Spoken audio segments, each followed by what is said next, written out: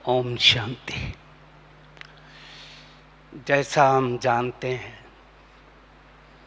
समय अनादि है, इटर्नल है, वो चलता रहता है। उसकी गति नेचुरल चलती रहती है और अलग अलग समय पर अलग अलग प्रॉब्लम विश्व में आए और उन सभी को हम सभी आत्माओं ने ठीक किया। समय की गति अपने आप चलती रहती है, उसको हम कंट्रोल नहीं कर सकते। मेरे को याद है कि यज्ञ में भी अलग अलग समय पर अलग अलग सिचुएशन आई, चैलेंजेस आए और अलग अलग सेवा के मॉडल आए। अगर मैं शुरू का देखूं, बिगिनिंग का, जब शिव बाबा ने ब्रह्मा बाप के द्वारा कंस्ट्रक्शन किया और दादियों का एक लीडरशिप का ग्रुप क्रिएट किया,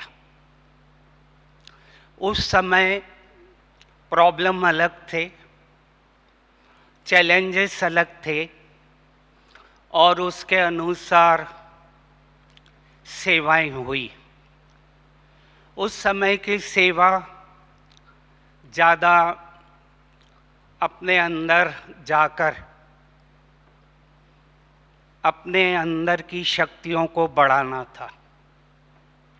वो एक अलग समय था। फिर हमने देखा सेकंड फेज यज्ञ का, जब माउंट आबू यज्ञ आया, सब दादियाँ बाबा यहाँ पर शिफ्ट हुए और उस समय का भी एक वातावरण अलग था। उस समय पर भी जोर दिया गया कि हम अपनी उन्नति को बढ़ाएं, अपनी शक्तियों को बढ़ाएं। सेवाएं नहीं थी, पर अपने अंदर ही झांक कर देखना था कि मेरे में क्या कमी थी। फिर तीसरा पार्ट देखा यज्ञ का, जब ब्रह्मा बाबा व्यक्त हुए और उसके बाद एक नया फेस चालू हुआ और सेवाएं बढ़ी। मुरलियाँ हमारे पास डायरेक्ट वो आने लगी जो क्लियर कट हमें बता रही थी कि क्या करना है। पूरे वर्ल्ड में सेवाएं बढ़ी। हम सभी ने अलग अलग तरीके से सेवाएं करी जो उस समय के लिए ठीक थी। चाहे मेले करे, विंग्स बने, प्रदर्शनी किया, कोर्सेस बने, ये एक अलग फेज था यज्ञ का और उसमें हम सभी ने हिस्सा लिया क्योंकि वो उस समय की डिमांड थी। फिर अभी हमने देखा एक नया फेस आया, उसके ऊपर का बियॉन्ड फेस आया, जिसमें बाबा ने पहले से ही अलग अलग मूल्यों में, अगर हम देखें 70 से 80 की मुरली, 80 से 90 की मुरली में इंडिकेट कर दिया था क्या होगा। उसमें बाबा ने हर समय जोर दिया था कि वाचा की सेवा धीरे धीरे कम होगी। मनुष्य आत्माएं धीरे धीरे जैसे जैसे साइकिल में आगे बढ़ रही हैं, घर के नज़दीक आ रही हैं, तो एक टायर्ड हो गई हैं, थक गई हैं। तो उस समय वाचा की सेवा से ज़्यादा बाबा ने इंडिकेट किया था आपके वाइब्रेशन काम आएंगे। ये पहले से क्लियर था, इसलिए बाबा ने कई बार बोला, बहुत काल का अभ्यास, अचानक, एवर रेडी, ये 3 शब्द बार बार रिपीट हुए थे। पर हमने अब उसका रियलाइजेशन शुरू किया कि उसका मतलब क्या था। अब इस परिवर्तन के समय में हम देख रहे हैं हर चीज परिवर्तन होती जा रही है। ऐसा कहा जाता है कि चेंज कंटिन्यूअस है, वो रुकता नहीं है। चेंज ही एक ऐसा है जो कंटिन्यूअस रहता है। परिवर्तन ही एक ऐसा है जो रुकता नहीं है। इस समय मैं कुर्सी पर बैठा हूँ, मेरे शरीर में भी चेंज होता जा रहा है।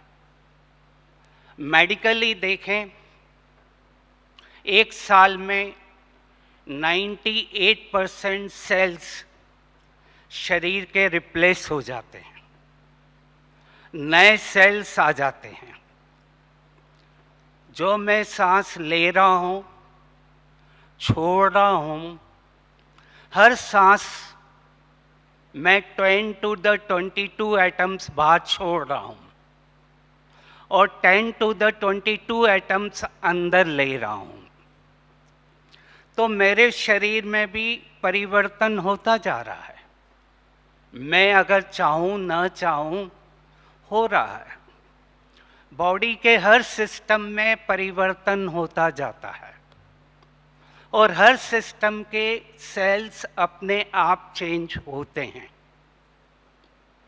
बॉडी में 50 ट्रिलियन सेल्स हैं और वो सेल्स एनर्जी को इमिट करते रहते हैं। अब हम ऐसी जगह पहुंच गए हैं जिसको मैं एक शब्द कहता हूं, ट्रांसफॉर्मेशनल चेंज। ये एक डीप मीनिंग का है। ट्रांसफॉर्मेशनल चेंज का अर्थ है ट्रांसफॉर्म, ACTION। ट्रांसफॉर्मेशन का अर्थ है मैं अब बियॉन्ड, अपने फॉर्म से, पोजीशन से, टाइटल से ऊपर होकर काम कर रहा हूं। ये शरीर का भान भी खत्म होता जा रहा है। जिसको बाबा ने सिंपल शब्द में कहा, कर्मातीत। जैसे जैसे हम घर के नजदीक जा रहे हैं, परमधाम और सत्युग दिख रहा है, हमारे में वो परिवर्तन नेचुरल आते जा रहे हैं। कर्मातीत का अर्थ है मैं कर्म कर रहा हूं, पर कर्म का असर, कर्म का रिजल्ट और कर्म का अतीत, पास्ट, मेरे को पुल नहीं कर रहा है, खींच नहीं रहा है। जितना मैं इस स्टेज के पास आऊंगा उतना शरीर के ऊपर असर कम आएगा। शरीर पर तभी असर आता है जब मैं शरीर से अटैच हूं। पूरा अगर गेम प्लान देखें जो बाबा हमें सिखा रहा है,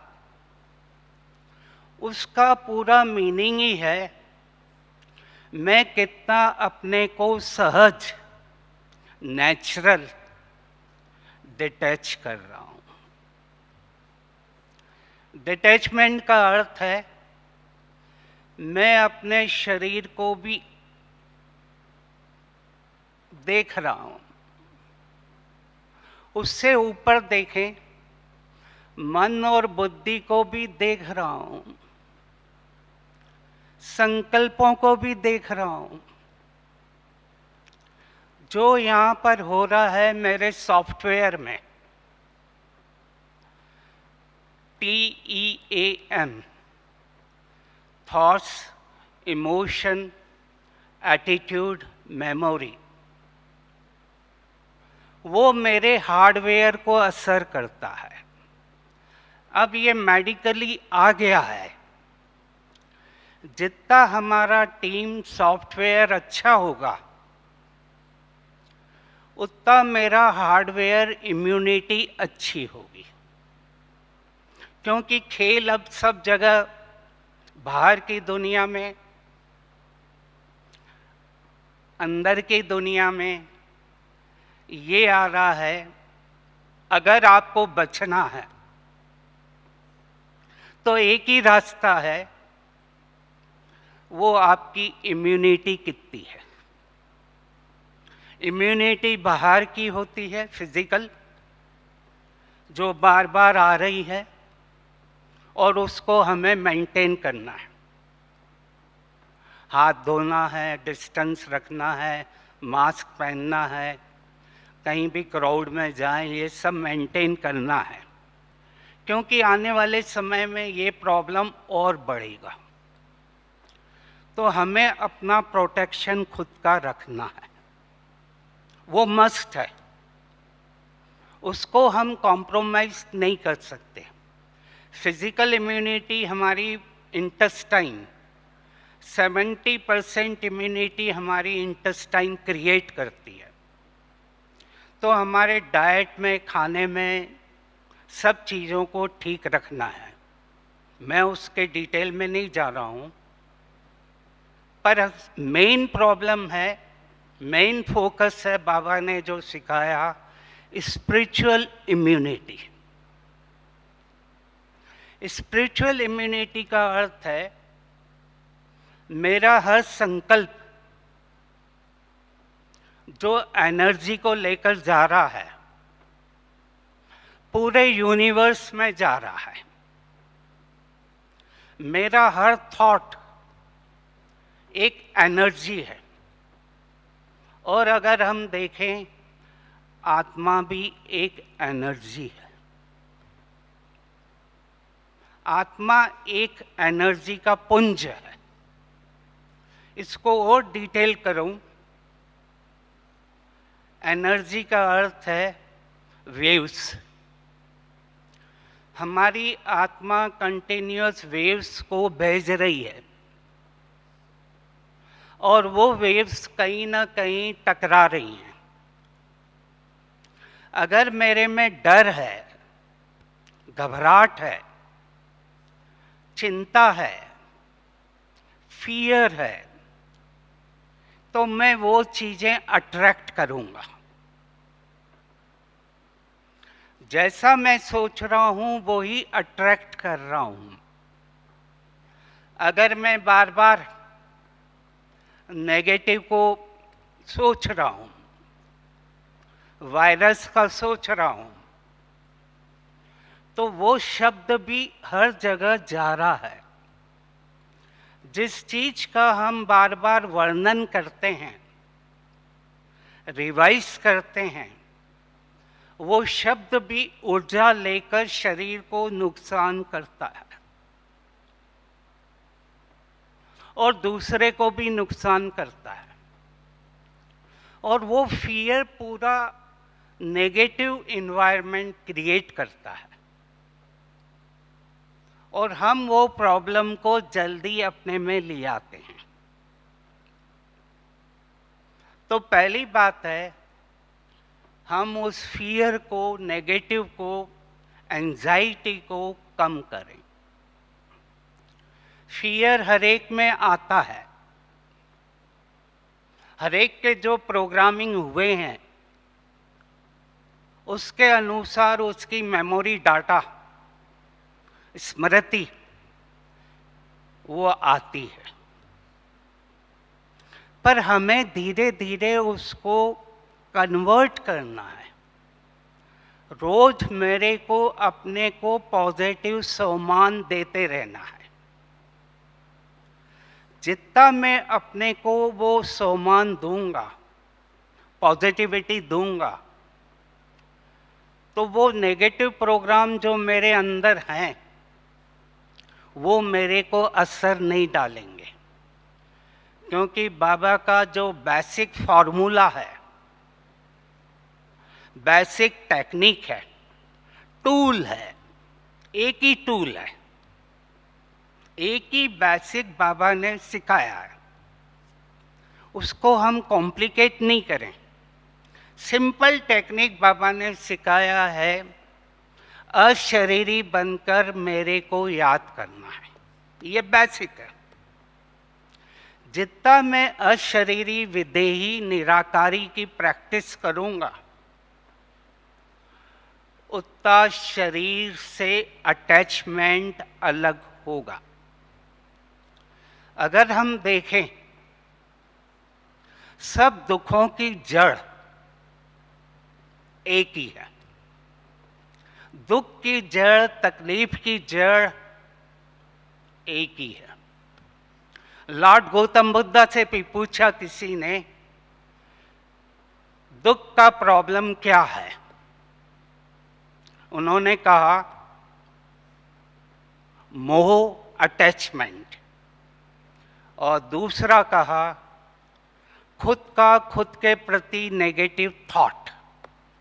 और ये मैं देख रहा हूं, दोनों प्रॉब्लम अब बढ़ते जा रहे हैं।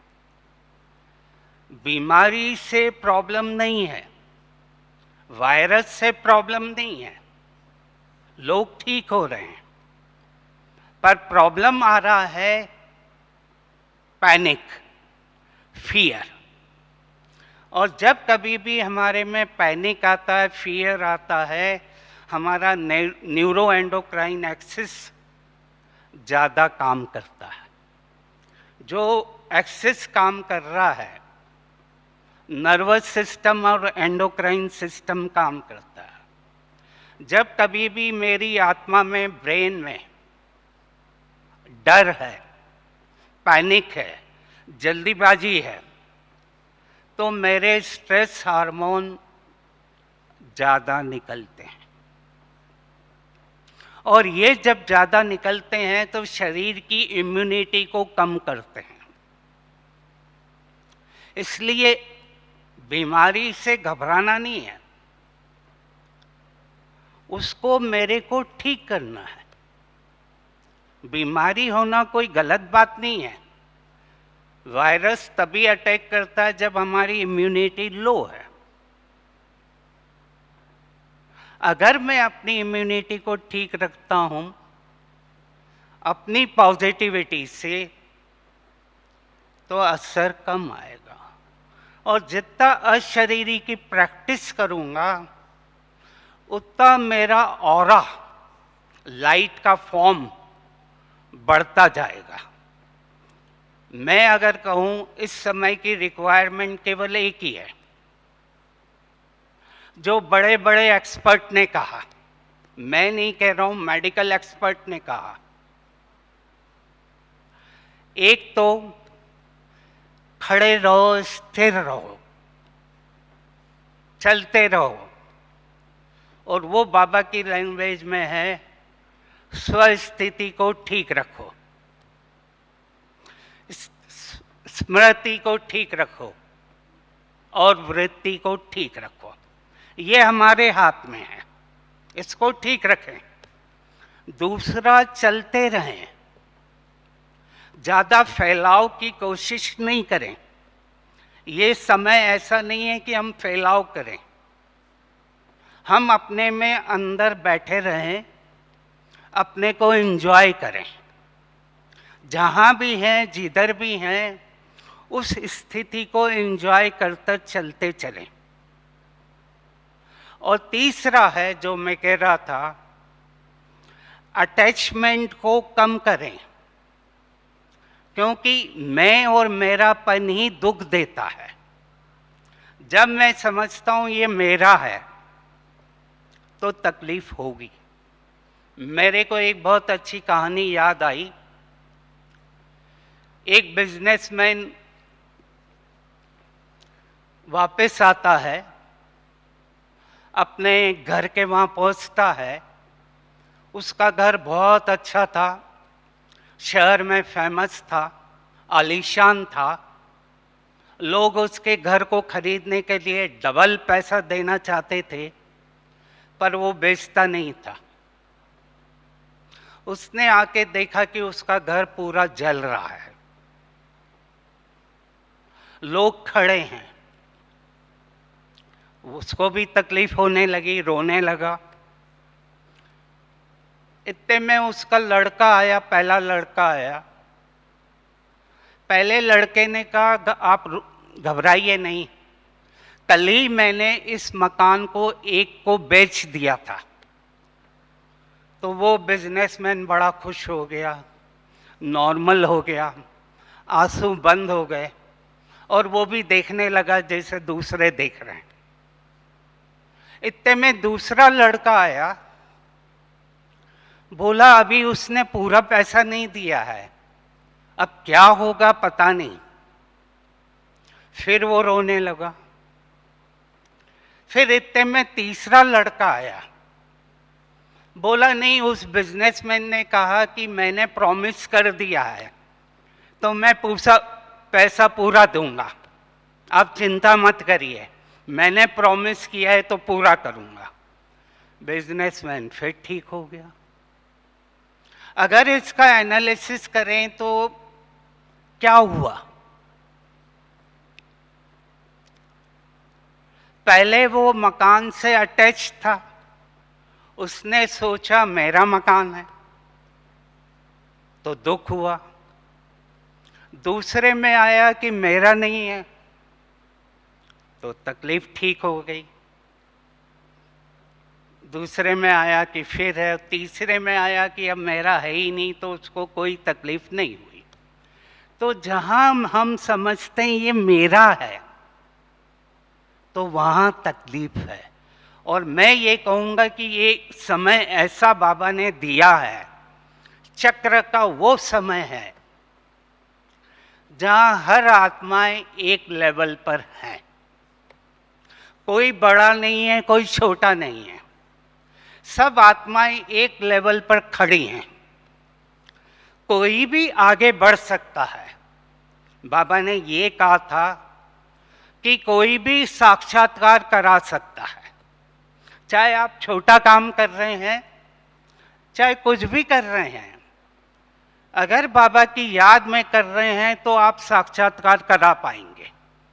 और ये वो समय है कि विश्व की सब आत्माएं एक लेवल पर है, बड़ा कोई नहीं है, छोटा कोई नहीं है।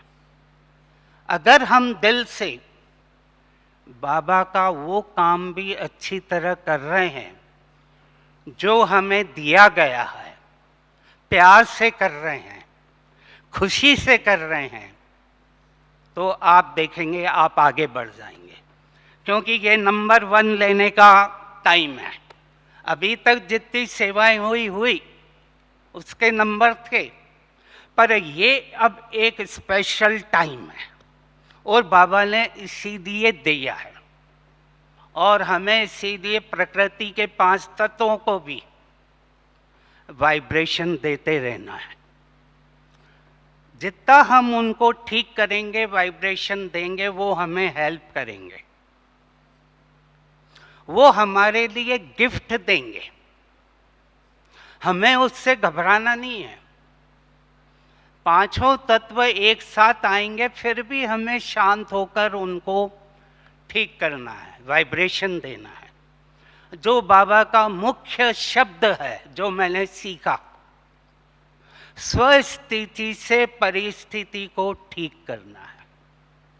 मेरी स्वस्थिति को ठीक करते चलना है तो परिस्थिति अपने आप ठीक होगी। मेरे को बाहर नहीं देखना है, मेरे को अंदर देखना है।